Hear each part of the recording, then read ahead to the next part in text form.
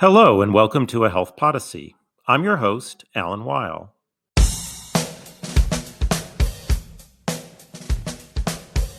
It's well known that the United States spends much more than other high-income countries on healthcare. The most recent estimates from the Centers for Medicare and Medicaid Services published in Health Affairs show that nearly a fifth of U.S. GDP is spent on healthcare services. It's perhaps somewhat less well known that health outcomes in the United States lag those of many other countries. Our life expectancy, infant mortality rates, just for example, rank well below not just other high-income countries, but many middle-income countries as well. Now, the combination of these two facts leads many to ask the question, are we getting our money's worth for all that we spend on healthcare? It turns out that establishing that we spend a lot and that we have suboptimal health doesn't really fully answer that question. Whether we receive value for our high levels of health spending is the topic of today's episode of A Health Podyssey. I'm here with Marcia Weaver, research professor in the Department of Health Metric Sciences at the University of Washington. Dr. Weaver and co-authors published a paper in the July 2022 issue of Health Affairs examining the relationship between health spending and disease burden in the United States. They reached some, I'd call them optimistic conclusions based on the data, and we'll discuss those in more detail in today's episode. Dr. Weaver, welcome to the program. Thank you. It's my pleasure to share our research on health spending and health improvements. I'm looking forward to talking to you about this. It is a really important topic, and unfortunately, it's a very difficult one to analyze in a way that yields sort of intuitive or understandable conclusions. So we are going to sort of have to walk through a little bit of the ingredients of your research before we go to the findings. Why don't you, if you could, start us out with just the highest level framework? What is the question that you were setting out to answer? First, let me explain that our research builds on the work of hundreds of researchers at the Institute for Health Metrics and Evaluation and thousands of global burden of disease, injury, and risk factor study, GBD collaborators. We used GBD 2017 data, which estimated the burden of disease for 359 diseases and 195 countries beginning in 1990. We also used results from the U.S. Disease Expenditure Project, which estimated spending for 139 causes in the United States from 1996 to 2016. The disease classifications for these two studies were developed side by side, which enables us to compare spending and burden by cause or disease. So I'm gonna stop you right here because I'm so glad you started there. This is exactly the conversation I hope we would have. This research builds on a huge investment that the group at the University of Washington has made to try to understand across the world what are the burdens of different diseases so that in countries around the world and in our intergovernmental organizations, multilateral organizations, we can make good investments to try to reduce the burden of disease. Is that, and so again, I'm just trying to capture sort of the line of thinking that this comes from. And most of that work has not been primarily focused on the United States. Am I right? The effort is definitely to produce global estimates so that, we have extensive work on malaria, which is really not a disease in the United States. But we also produce estimates for the United States, including county level estimates that were just published, and also estimates by race and ethnicity in the United States, which were actually the ones that were just published. So I'm sorry, I interrupted you, but the reason I did is just, again, because I think in order to understand the end of this work, you have to start with this sense that it comes out of this deep, longstanding investment in trying to understand disease by disease, not just what do we spend on healthcare, not just where do the dollars go, but what are people sick and dying of? Yes, I'm definitely standing on the shoulders of an impressive body of previous research. And when we use these data, we see that overall spending in 2016 was 121% higher than in 1996. And disability adjusted life years, DALYs, which is our measure of health loss, was 21% higher, which looks like we're spending more and less healthy. So this sort of goes to what I raised in the introduction, which is we don't have great health outcomes. We spend a lot of money. So your first inclination is to say, maybe we're not getting our money's worth. But you didn't stop there. So tell us what you did. So over that same time period, the population of the United States has grown. The age and sex structure of our population has shifted to older age groups, and we face different health risks than we did in 1996. We focus on the role of the health sector by estimating the effect of changing in spending per case and changes in DALYs per case. Spending per case increased by 79% overall, and DALYs per case decreased by 27%. So now we see an increase in spending and an improvement in health. We should really introduce the DALY concept because it is so central to your analysis. So say a little bit more about what a DALY is and why that's important in understanding healthcare spending effectiveness. A DALY is a measure of health loss that combines mortality and morbidity. It's the sum of years of life lost and years lived with disability. A years of life lost measures premature mortality. Previously, a disease might be characterized by how many people died from it. Premature mortality is a better descriptive statistic because we all die eventually. We count the years between the age of a death and the life expectancy at that age, which would be 69 years when a 20-year-old dies and 13 years when an 80-year-old dies. Years lived with disability measures morbidity. It's the number of cases living with a disease or injury, I'll just say disease, multiplied by the disability weight for that disease. There are some nuances, like there's a range of levels of severity for a disease and disability weights for each of those levels of severity. And another nuance is whether or not a case is measured by incidence or prevalence. We use whichever measure has the best data. And just as you're introducing these topics, we've published papers recently on that raise some questions about the use of QALYs, which are different than DALYs, but are cut from the same cloth. These are standardized measures that don't get into the nuance of individual people's valuation of their lives, and they've been criticized for that, but they serve a really important role when you're doing population analytics. Can you just describe a little bit more why you need to use a measure like this to do the analysis that you did? One advantage of a DALY over a QALY is a year of life lost is a year. Like it's not a lower amount if someone with a chronic disease dies as opposed to a healthy person. So we don't have that kind of undervaluing that can sometimes be associated with a QALY. And then when people are alive, it is an effort to try to quantify the effects of disease. I think the criticism that it's based on kind of community assessments as opposed to the people living with the condition still stands. Right. So it doesn't have to be a perfect measure. You're trying to standardize so that we can compare across diseases and over time. And at any kind of standardization like that is going to lose some nuance, but it also facilitates comparison, which is a lot of what you're trying to do here. So again, I keep interrupting you because I want to make sure we all are following along. But you mentioned, so the population's getting older and larger, so those factors would suggest that the burdens of disease would increase. But then we spend money to try to treat those conditions, and that's where the potential benefit of the spending comes in. How do we put these together to try to figure out the effectiveness of our spending?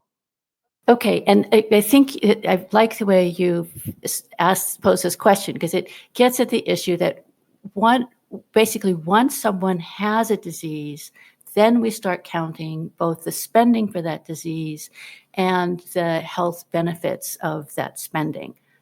We don't address, the incidence or the prevalence that led to someone being diagnosed or not, just having the disease. So we use the term spending effectiveness to compare spending and health outcomes over time for the US health sector as a whole. People are much more familiar with the concept of cost effectiveness analysis, which generally compares the costs and health outcomes of a new intervention relative to a standard of care, often in the context of a clinical trial. Spending effectiveness estimates the combined effects of a continuum of care for a disease, which would reflect both technological advances, the cost effectiveness of new and existing interventions, and how well those interventions are deployed in the context of the health system.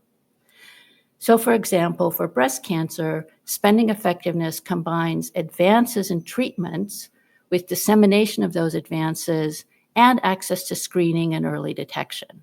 You've now given me a picture of how we understand whether or not, after someone's diagnosed, the spending that the health sector makes on that condition is effective. And now we need to start asking the question, okay, we've got a huge healthcare system, we've got lots of different diseases and conditions. How would we actually compare, or how would we come to understand the relative effectiveness of our spending in one area versus another, and the overall effectiveness of our healthcare spending? Those are questions I'm going to ask you after we take a short break.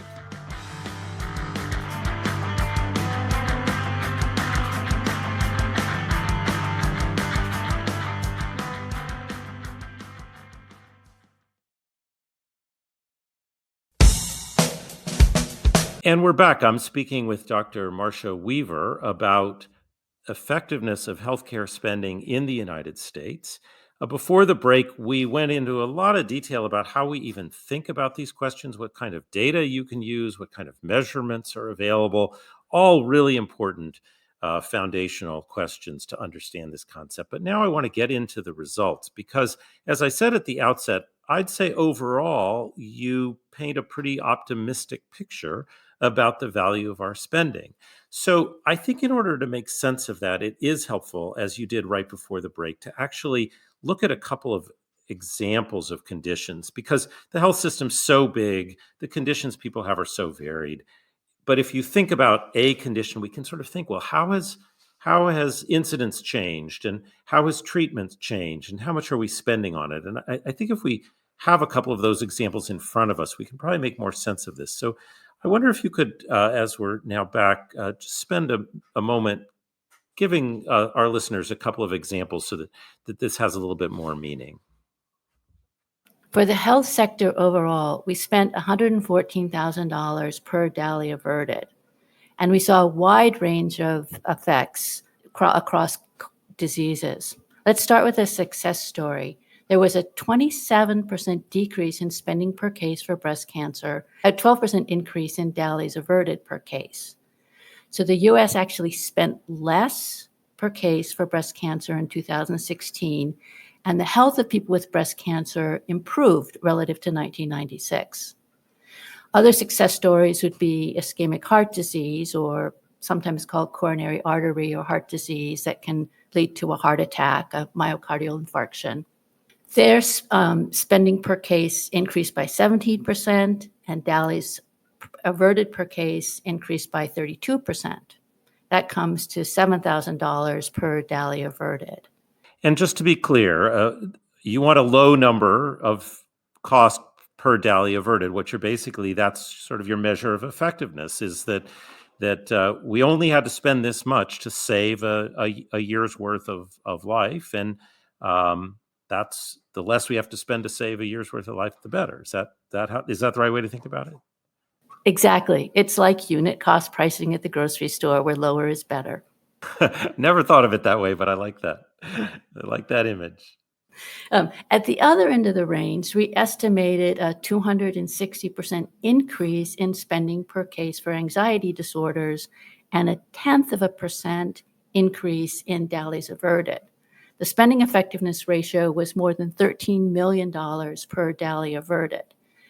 And I think that sort of the source of my optimism is, let's start with a measure. Let's start with a dashboard, and then, look at how we can improve spending effectiveness for something like anxiety disorders in the United States. And this metric will allow us to track those improvements of either less expensive treatments or more effective ones. And just to go back to something you said earlier, this is after the condition is diagnosed. So if we're investing in prevention, how does that show up in these numbers here?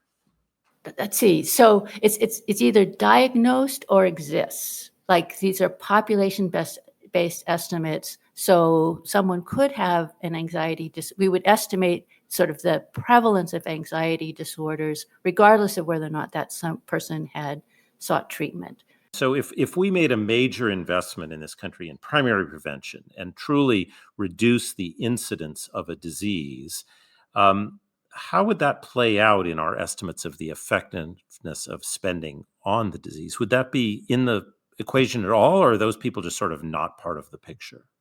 Okay, so an expenditure in, say, smoking cessation would be incorporated in our estimates.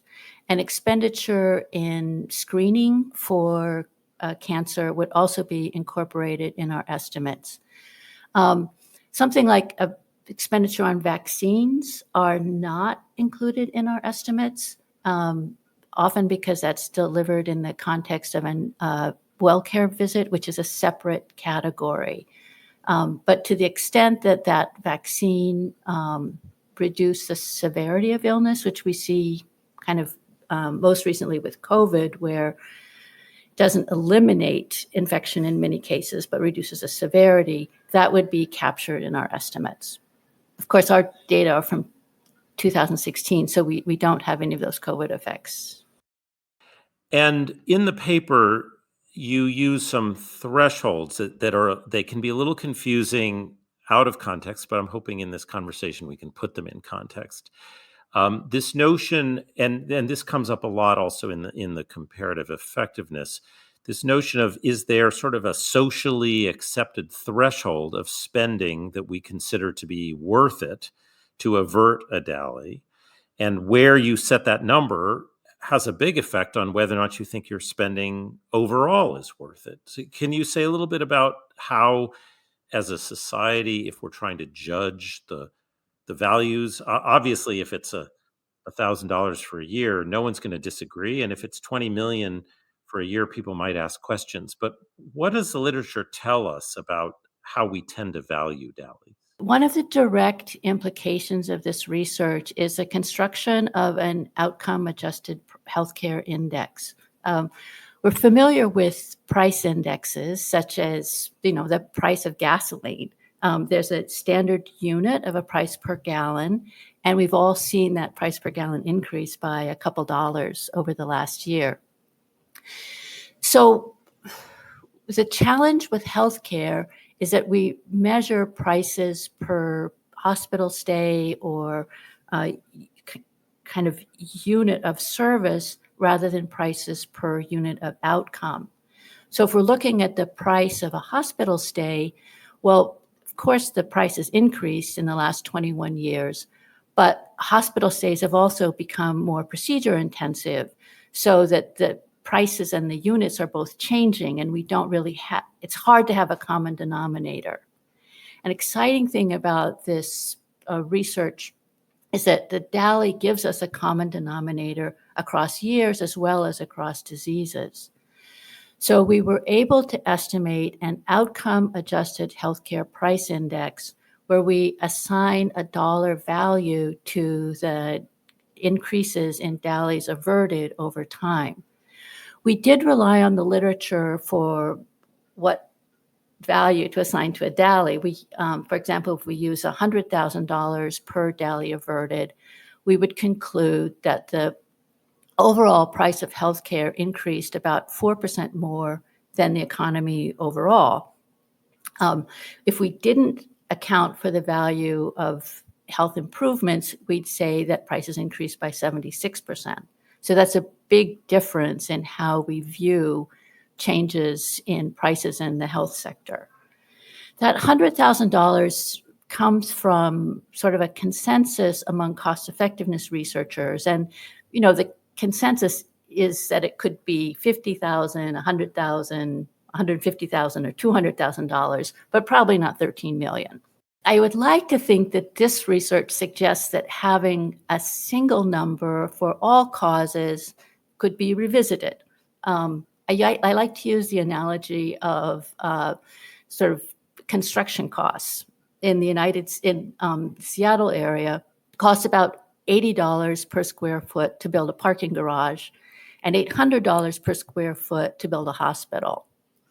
And if we said that the average price construction in the Seattle area was $400 per square foot, we'd have a lot of people building parking garages for $400 per square foot and no hospitals. And sort of the same could be extended to diseases now that we recognize that diseases are sort of fundamentally different in the available technology and the challenge of treating them. So that we could say, well, if it's $36,000 per DALY averted for diabetes, any new innovations need to be either less expensive or more effective. If we use an average, like $100,000 per DALY averted, people are going to be more than happy to triple the cost of insulin. We want to have a system of thresholds that encourages innovation, but also preserves the benefit of past advances. Well, that's really fascinating. I'm so glad you described it this way. So it suggests sort of a benchmark of performance disease by disease, which is very different than sort of asking the overall question, do we get our money's worth in healthcare?